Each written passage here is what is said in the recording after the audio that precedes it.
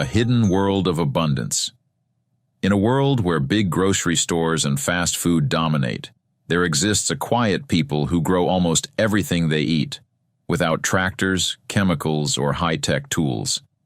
These are the Amish, and their way of life offers not just a glimpse into the past, but perhaps a model for a more sustainable future.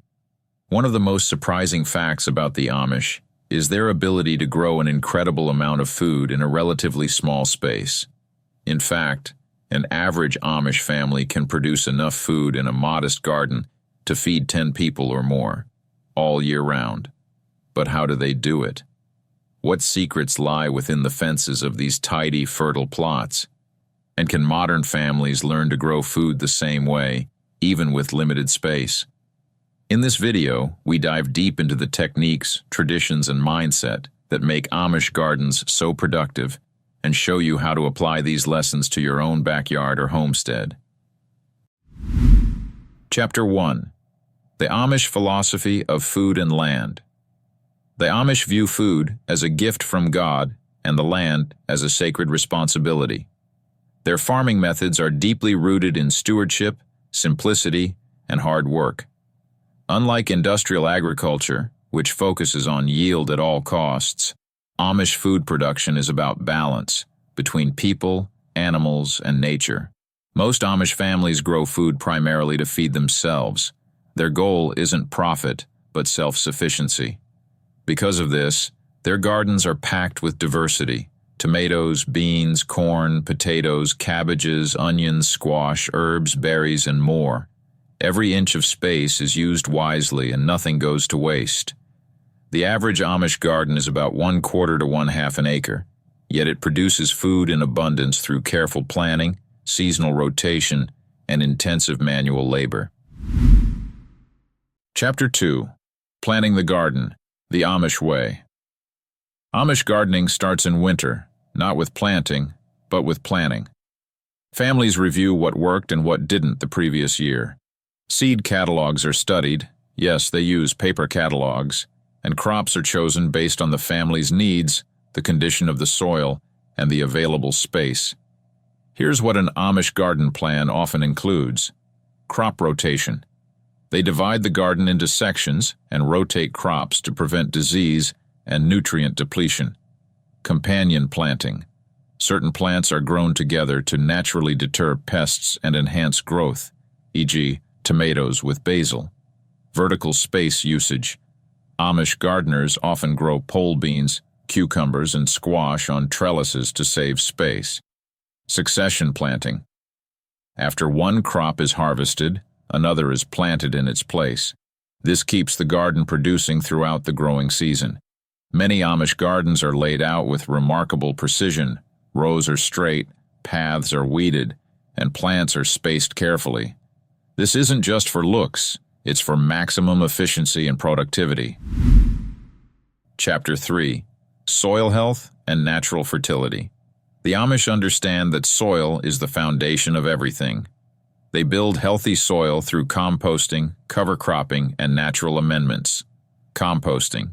All food scraps, animal manure, and garden waste are composted. Amish families often maintain large compost piles or bins near the garden. Manure management. Livestock manure, particularly from horses, chickens, and cows, is aged and added to the soil. This enriches the soil without synthetic fertilizers. Cover crops. In fall or early spring, cover crops like clover, rye, or buckwheat are planted to fix nitrogen and prevent erosion. The result? Rich, dark, living soil that can support intense planting and high yields without chemical inputs. Chapter 4. Hand tools and old-fashioned labor.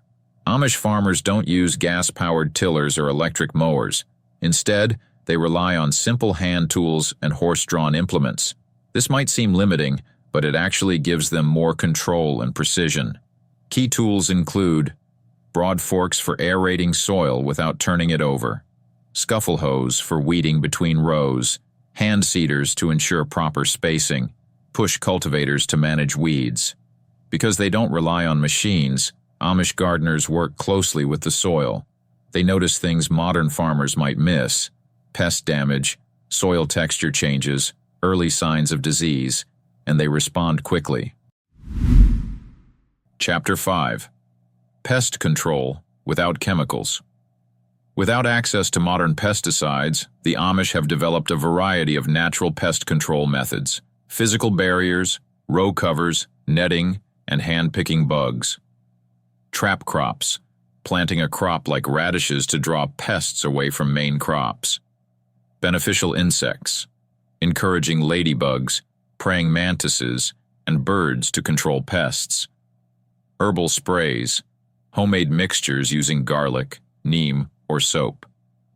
Since Amish gardens are part of a larger ecosystem that includes livestock, trees, and wildflowers, natural balance tends to prevail. Pests rarely reach outbreak levels. Chapter 6. Preserving the Harvest. Amish families grow food not just for the summer, but for the entire year. They preserve their harvest through canning, pressure and water bath canning of fruits, vegetables, and meats. Drying, herbs, fruits, and even meat are air or sun-dried root cellaring. Storing potatoes, onions, carrots, apples, and squash in cool, dark places. Fermenting, making sauerkraut, pickles, and other naturally preserved foods. This approach means that even in the middle of winter, an Amish family can eat homegrown food at nearly every meal. Chapter 7. Can you do it too? A step-by-step guide. If you're inspired by the Amish model, here's how you can start applying these principles, even in a suburban backyard. Start small. Begin with a 10 by 10 foot plot. Choose 3 to 5 staple crops you eat regularly. Build soil.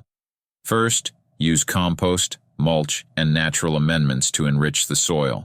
Plan your layout. Use companion planting and trellises to maximize space. Go manual.